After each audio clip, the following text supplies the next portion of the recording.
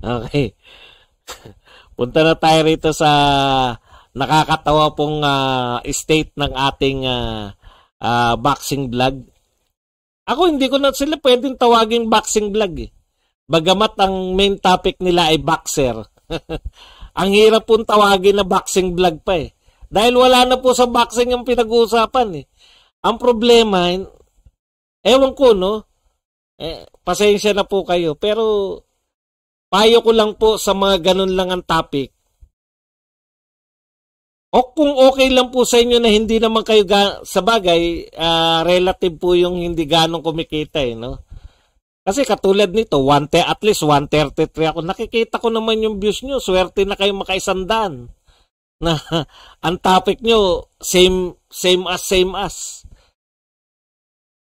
Ano nyo si Casimero na alam nyo, umalis ako sa boxing. Tagal ko na hindi nagko-comment dito sa boxing. Yan na ang topic ng mga tao eh. Pagbagsak ng karir ni Casimero. Tagal na, di ba? Ang dami pa natin champion nung umalis ako eh. Champion pa si Donaire, champion pa si Magsayo. Hindi, si Angkas, parang champion pa rin si Angkas. Si Cuarto. 4 pa champion natin. Si Casimero, medyo natanggalan na ng kampiyonato. O si Casimero, champion pa rin pala nung nasa boxing ako.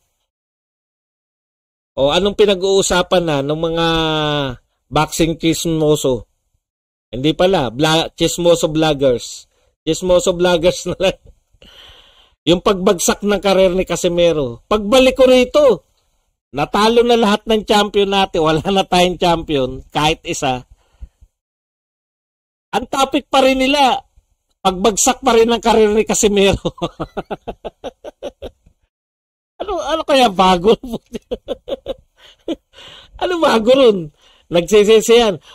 Dati, kaya lang lumalala eh. No? Dati, sinisisi lang yung kapatid.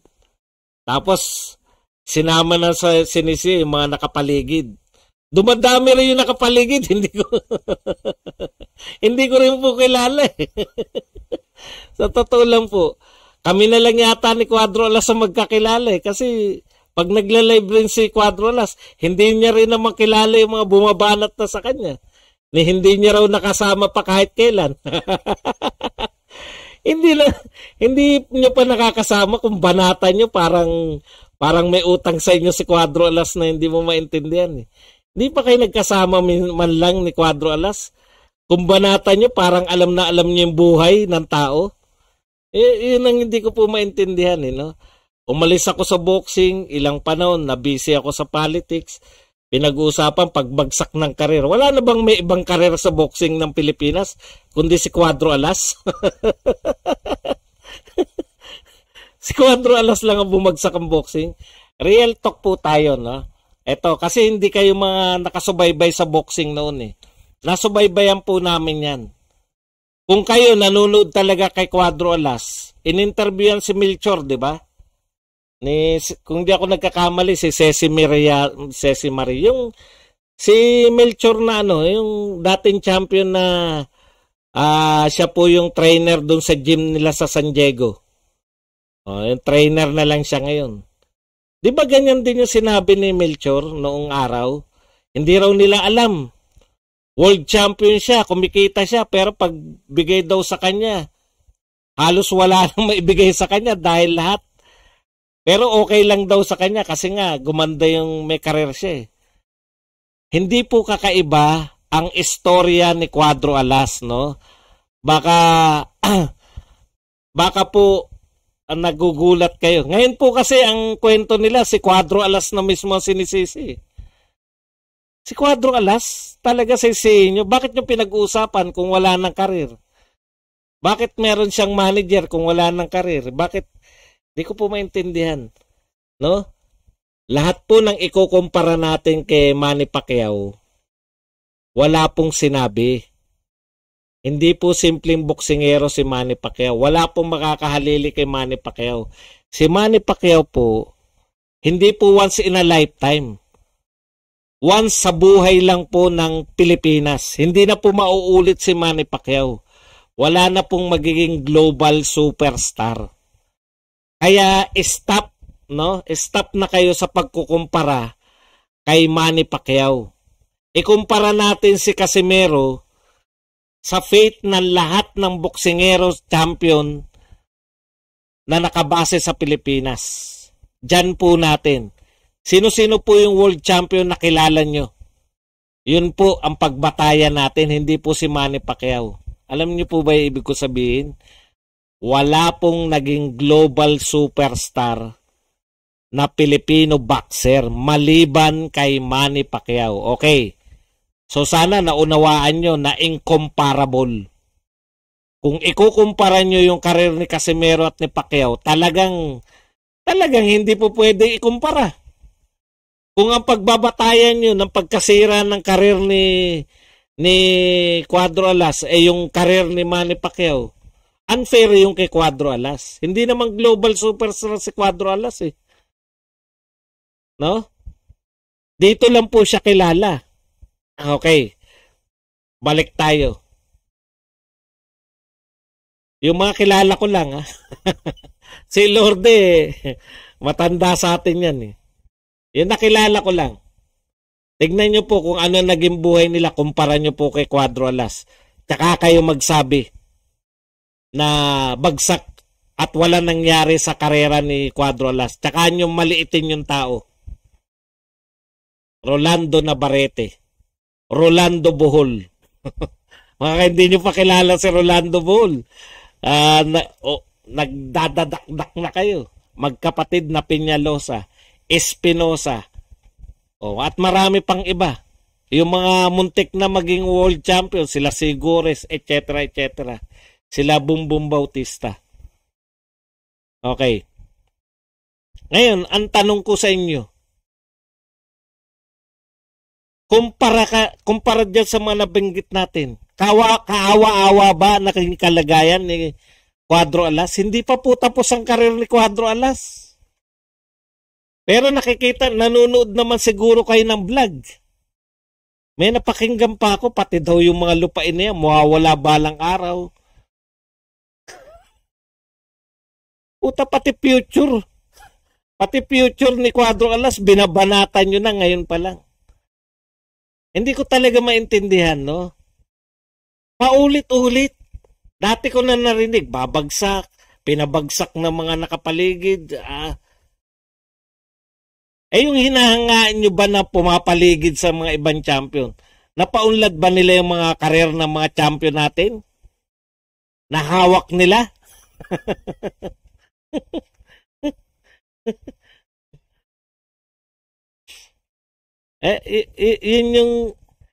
Yun yung point ko no? Walang katotoran.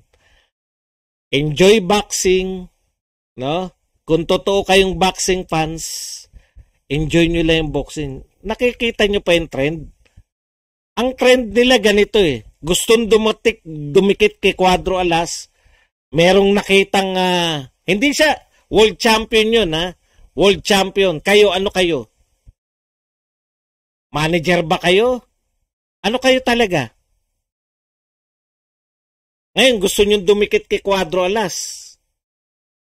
Pag naging outsider kayo sa circle ni Cuadro Alas, aatake na kayo kay Cuadro Alas. Di ba ganun lahat?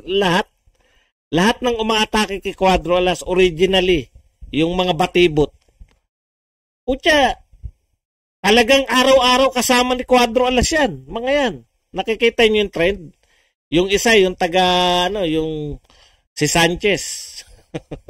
Hindi ko alam kung saan lupalop nang galing yun. Biglang nariyan na lang, di ba?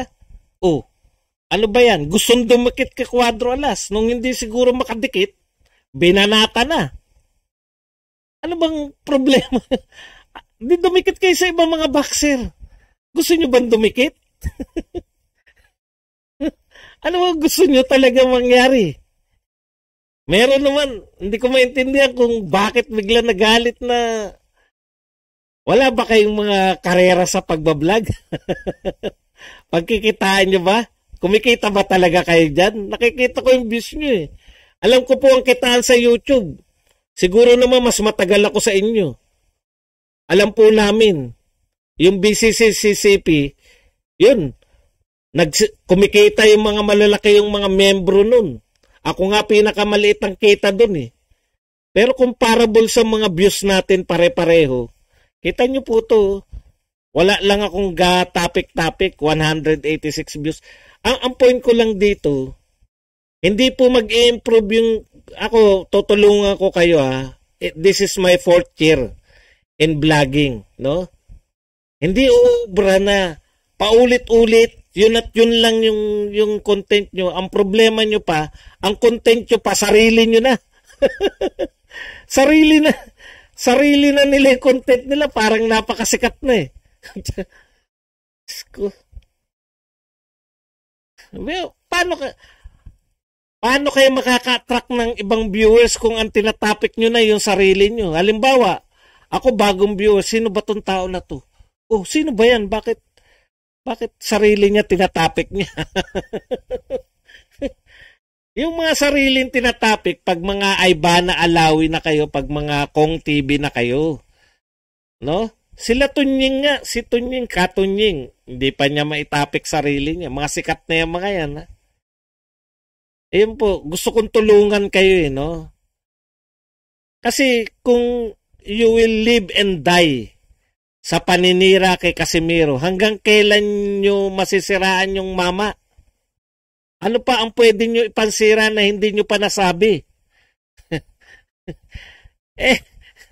Pag nagsalita si Casimiro, hindi kayo kilala eh.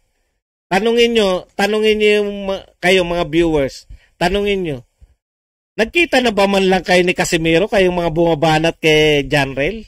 Para banatan nyo na kala nyo.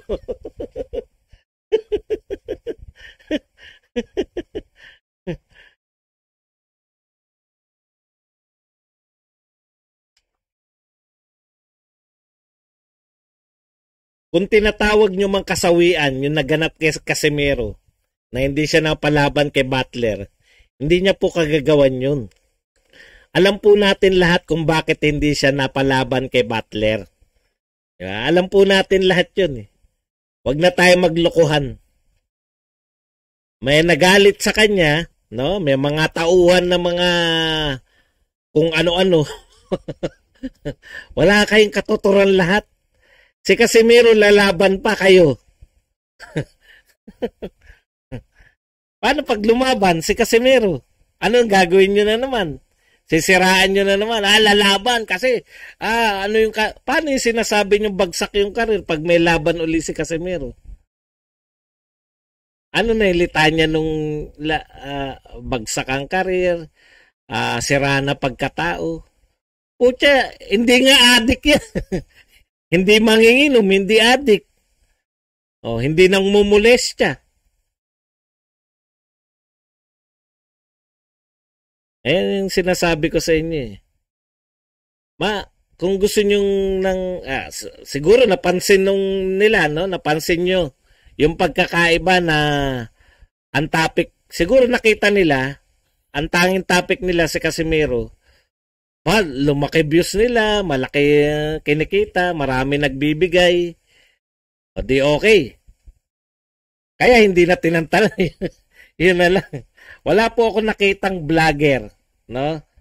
Na isa lang ang topic niya sa loob ng, gusto nyo ba tumagal ng 10 taon? Ako gusto ko eh. Gusto ko magretiro na ako bilang vlogger eh. Tulong ko lang sa inyo, wag isang topic lang. Mag-develop kayo ng topic na talagang aabangan kayo araw-araw. May magkakaroon kayo ng sariling ano.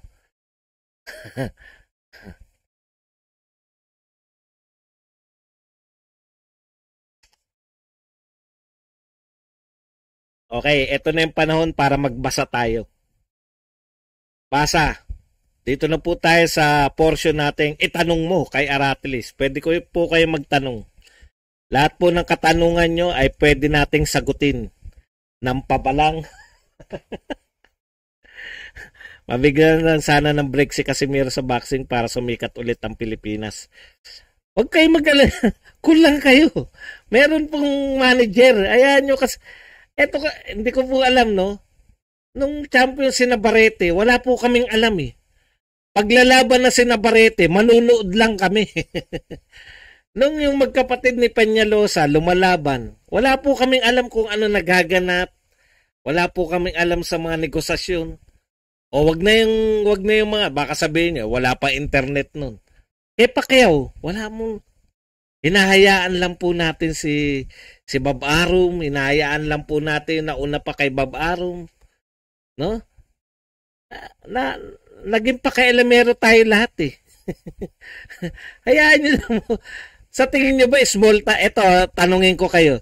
Nai-small time man ba kayo sa sa manager ngayon ni Cuadro Alas? 'Di ba? Hindi naman po small time 'yan eh. Lomachenko, Usyk at marami pang iba.